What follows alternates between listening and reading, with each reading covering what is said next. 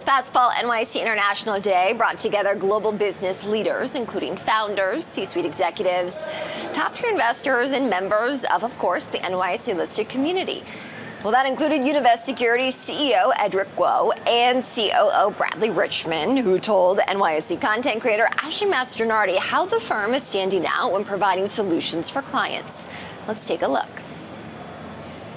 Well, Ashley, we provide investment banking services to companies from around the world. We focus on the US, Asia, and Europe, anywhere from IPOs to follow-on offerings, private placements, SPAC offerings, and the like. All right, and you say that you have a focus on creative yet disciplined investing. What does that mean? On the creative part, Univest has been at the very forefront of creating structures that are forever benefit to the issuers and our investors in a mutual way.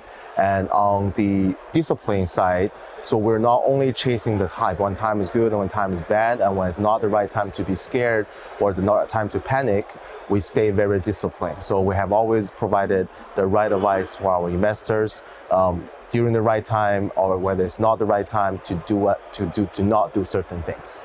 What policy trends or industry sectors are you looking at right now?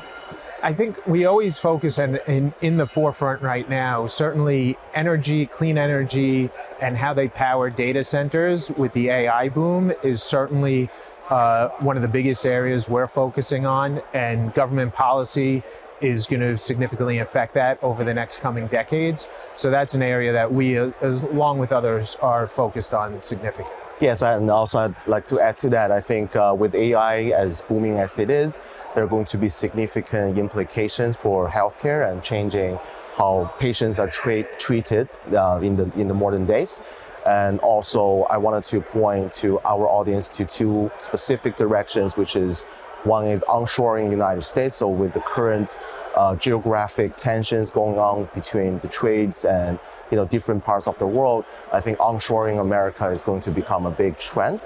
And plus that re-establishing supply chains for different companies that wants to tap into the market of the United States. All right, and for companies, Bradley, that are listed or preparing to go public, what approaches do you have for them? Outside of the traditional, one of the things we offer at Univest as well is introducing those companies to policymakers and influencers that could help in their business decisions, not just in their financial and capital markets needs, but we aim to provide full service and advisory work to our clients so we can help them with those policymakers and stay on top of the changing trends in whatever business they're in. Yeah, and for our international clients, which is about 50% of our deal flow. So Univest was the underwriter for the first ever Singaporean IPO in the United States.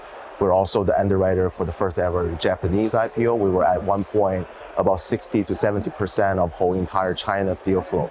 So for our international clients, what we do and what we excel particularly is to explain to them the differences between their home country and United States, and between the regulatory regimes, the regulatory requirements for going public, the financial conditions requirements may be different, the way of people conducting business may be very different. So we're very familiar with the two continents and the way of things here and there. So our team does a very good job explaining and coaching people through the process.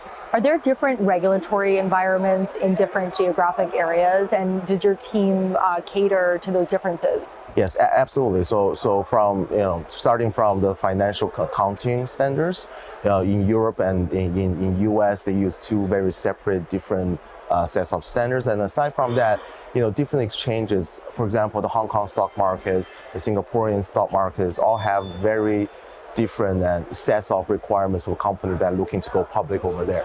So for clients coming out of that region, something that we do wanted to be very upfront in explaining to them is that the New York Stock Exchange or the NASDAQ may have a higher set of regulatory requirements for them to be qualified to be a trading member of the exchange.